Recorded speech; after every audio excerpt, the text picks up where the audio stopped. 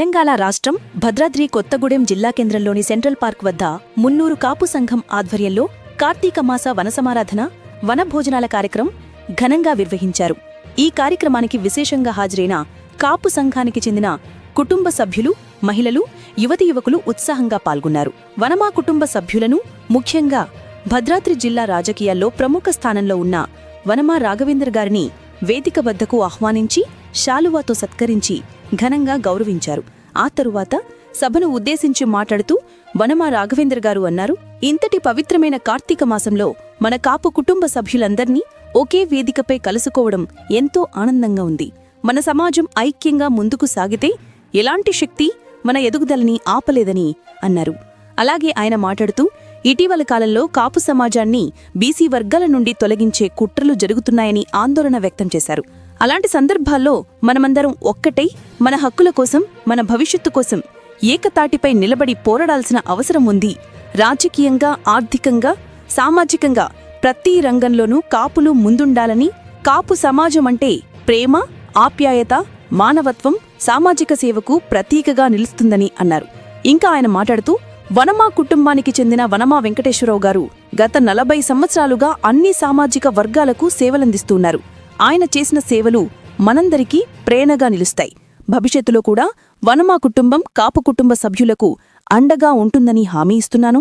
ఇంతటి మహత్తరమైన వనసమారాధన కార్యక్రమానికి నన్ను ఆహ్వానించి గౌరవించిన మున్నూరు కాపు సంఘానికి, కాపు కుటుంబ సభ్యులందరికీ నా హృదయపూర్వక కృతజ్ఞతలు తెలుపుతున్నాను అని తెలిపారు. ఈ సందర్భంగా కాపు సంఘం నాయకులు మాట్లాడుతూ వనమా కుటుంబం ఎల్లప్పుడూ సామాజిక కార్యక్రమాలకు అండగా నిలుస్తోందని, సమాజ అభివృద్ధికి తోడ్పడుతుందని ప్రశంసించారు.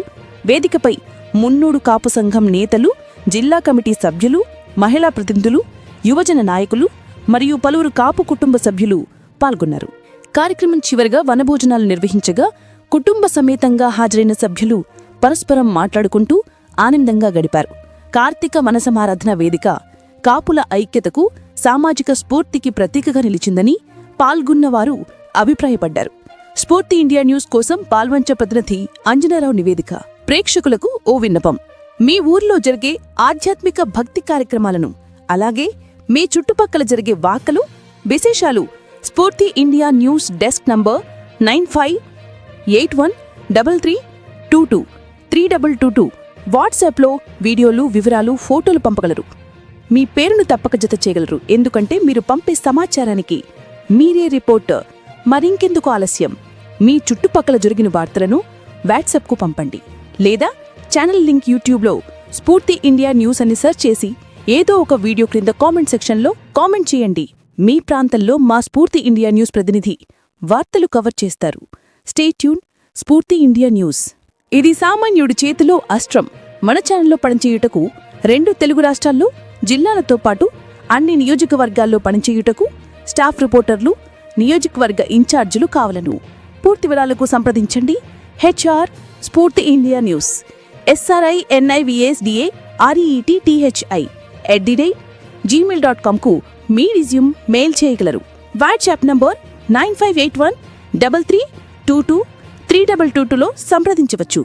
దయచేసి నార్మల్ కాల్ చేయొద్దు, ఎందుకంటే ఈ నంబర్తో ఆఫీస్ డెస్క్ కనెక్ట్ అయి ఉంటుంది. మీకు రిప్లై లేట్ కావచ్చు. Thank you. చూస్తూనే ఉండండి స్ఫూర్తి ఇండియా న్యూస్.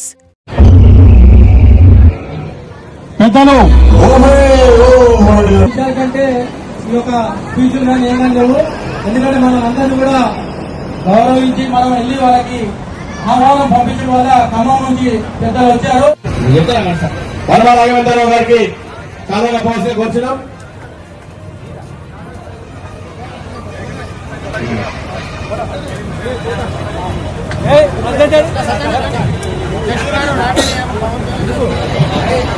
చెప్పలేదు కూడా అంతా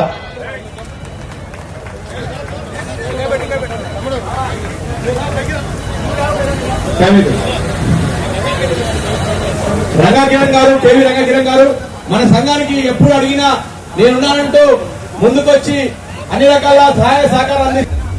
రేవలి కృష్ణ గారిని, హనుమంతరావు గారు, సంఘం అధ్యక్షులు హనుమంతరావు గారు రేవలి కృష్ణ గారికి సన్మానించవలసిన కోరుతున్నాం.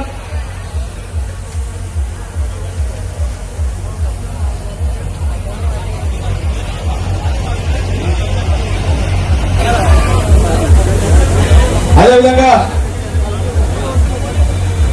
కొండా దేవయ్య గారికి మన